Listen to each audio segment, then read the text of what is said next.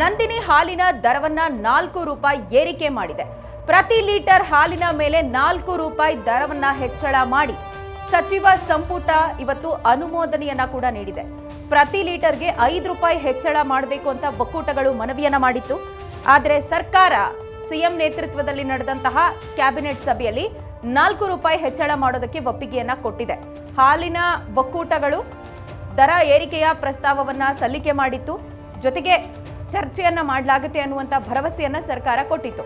ಇವತ್ತಿನ ಕ್ಯಾಬಿನೆಟ್ ಮೀಟಿಂಗ್ನಲ್ಲಿ ಈ ವಿಚಾರ ಚರ್ಚೆಗೆ ಬಂದಂತಹ ಸಂದರ್ಭ ಫೈನಲಿ 4 ರೂಪಾಯಿ ಏರಿಕೆಯನ್ನ ಮಾಡಿದೆ ರಾಜ್ಯ ಸರ್ಕಾರ ಹಾಲಿನ ಮೇಲೆ. ಈ ಏರಿಕೆ ಮಾಡಿರುವಂತಹ ಹಣ ರೈತರಿಗೆ ತಲುಪುತ್ತಾ, ಹೈನೋದ್ಯಮದಲ್ಲಿ ತೊಡಗಿಸ್ಕೊಂಡಿರೋರಿಗೆ ತಲುಪುತ್ತಾ ಅಂತ ಕೇಳಿದ್ರೆ ಖಂಡಿತ ಇಲ್ಲ. ಇದು ಒಕ್ಕೂಟಕ್ಕೆ ಸೇರಿಕೊಳ್ಳುವಂತಹ ಹಣ. ಒಕ್ಕೂಟದ ಖರ್ಚು ವೆಚ್ಚಗಳ ಹೆಚ್ಚಾಗ್ತಿರುವಂತಹ ಸಂದರ್ಭದಲ್ಲಿ ಅದನ್ನು ಬ್ಯಾಲೆನ್ಸ್ ಮಾಡೋದಕ್ಕೆ ಅಂತ ಹೇಳಿ ಈಗ ರಾಜ್ಯ ಸರ್ಕಾರ 5 ರೂಪಾಯಿ ಪ್ರಸ್ತಾವ ಇದ್ದಂತಹ ಸಂದರ್ಭ 4 ರೂಪಾಯಿಯನ್ನ ಏರಿಕೆ ಮಾಡಿ ಇವತ್ತಿನ ಕ್ಯಾಬಿನೆಟ್ ಮೀಟಿಂಗ್ನಲ್ಲೇ ಅನುಮೋದನೆಯನ್ನ ನೀಡಿದೆ.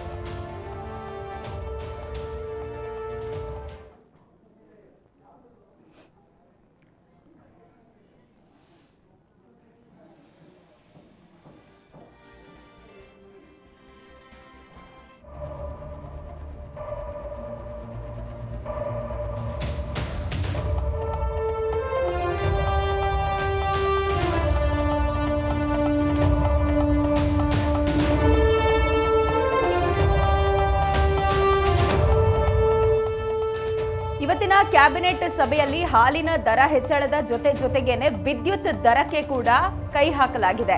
ಏಪ್ರಿಲ್ 1ನೇ ತಾರೀಕಿನಿಂದ ಜಾರಿಗೆ ಬರುವಂತೆ ವಿದ್ಯುತ್ ದರವನ್ನ ಏರಿಕೆ ಮಾಡಿ ಇವತ್ತು ಆದೇಶವನ್ನ ಹೊರಡಿಸುವಂತ ಸಾಧ್ಯತೆ ಇದೆ. ಸಂಜೆಯ ಹೊತ್ತಿಗೆ ಅಧಿಕೃತ ಆದೇಶ ಹೊರಬರಲಿಕ್ಕಿದೆ. ಇವತ್ತು ಸಂಜೆ ಅಧಿಕೃತವಾಗಿ ಕೆಇಆರ್ಸಿ ಎಷ್ಟು ರೂಪಾಯಿ ಏರಿಕೆಯನ್ನ ಮಾಡಲಾಗಿದೆ ಅನ್ನೋದರ ಕುರಿತಾಗಿ, ಯಾವತ್ತಿನಿಂದ ಜಾರಿಗೆ ಬರುತ್ತೆ ಅನ್ನೋ ಕುರಿತಾಗಿ ಅಧಿಕೃತವಾದಂತಹ ಘೋಷಣೆಯೊಂದನ್ನು ಮಾಡಲಿದೆ.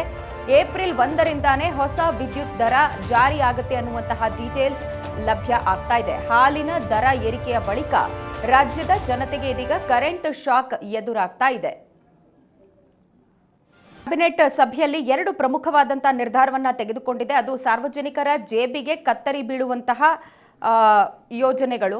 ಒಂದು, ಹಾಲಿನ ದರವನ್ನ ಏರಿಕೆ ಮಾಡಿರೋದು, ಮತ್ತೊಂದು ಕರೆಂಟ್ ದರವನ್ನ ಕೂಡ ಏರಿಕೆ ಮಾಡಿರೋದು. ಕರೆಂಟ್ ದರ ಬರುವ 1ನೇ ತಾರೀಕಿನಿಂದ ಅನ್ವಯ ಆಗುವಂತೆ ಏರಿಕೆ ಮಾಡಿ ಇನ್ನೇನು ಕೆಲವೇ ನಿಮಿಷಗಳಲ್ಲಿ, ಕೆಲವು ಗಂಟೆಗಳಲ್ಲಿ ಅಧಿಕೃತ ಆದೇಶವನ್ನ ಪ್ರಕಟ ಮಾಡಲಿಕ್ಕಿದೆ.